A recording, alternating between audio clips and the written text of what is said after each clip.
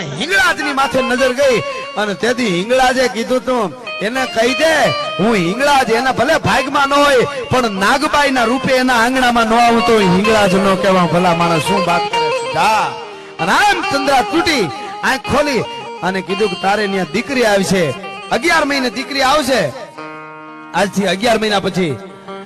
અને એનું નામ નાગબાઈ રાખજે કારણ કે આ નાગા સાધુએ વચન આપ્યું છે તારે ત્યાં દીકરી થાય છે એનું નામ નાગબાઈ રાખજે અને ઈ ભગવતી ઈ જોગમાયા ઈ નાગબાઈ જગદંબા છે